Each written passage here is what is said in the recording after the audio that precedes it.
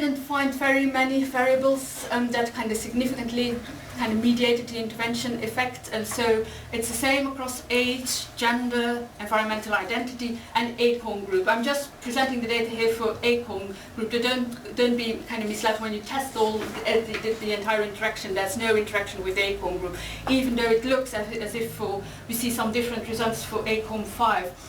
But you have to take that with a pinch of salt, because that was the group where we didn't have many households ending up in the intervention phase, because electric showers were included from the intervention. So the bottom line is that there is no kind of significant difference for the different ACORN groups. And then we did see some trends.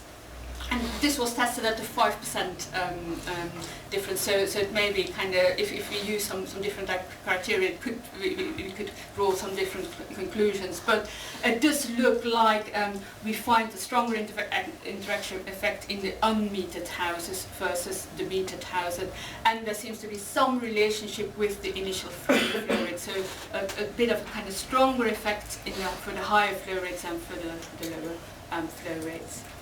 So in summary, we think that the use of this sensor technology can kind of provide you with some new reliable data on showering behaviour, and then give some insight into if you then combine it with some more qualitative data and questionnaire data, can give you some insight into possible drivers of the behaviour.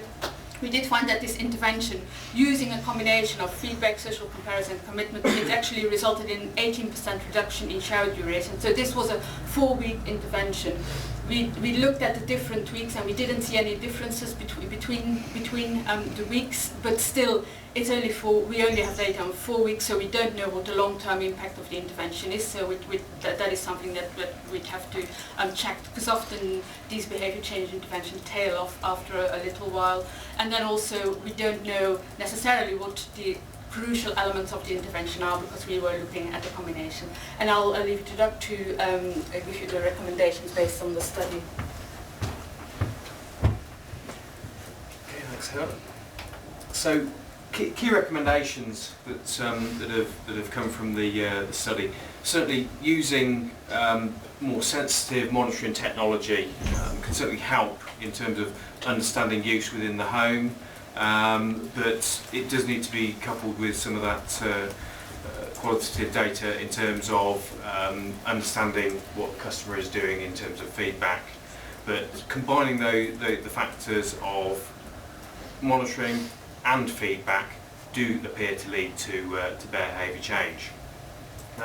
Interestingly, the ACORN or other demographic factors don't seem to provide a great insight in terms of understanding who is actually likely to be best to target these. We didn't see a difference across these groups, but behavioural or attitudinal type data may well actually be more useful in this, in terms of the impact of interventions.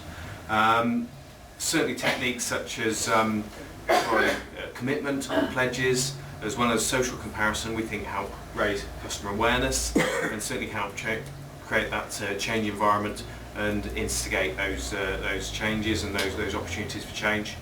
But I think one of the key ones is certainly behavioural sensitivity in terms of devices, and devices that provide feedback are certainly going to be one of the promising ways to encourage behaviour change. And certainly I think we would like to see more work with the manufacturers and developers and designers in terms of how can we get feedback mechanisms into devices within the home that are actually going to encourage people to change their behaviours and help steer behaviours to be more efficient.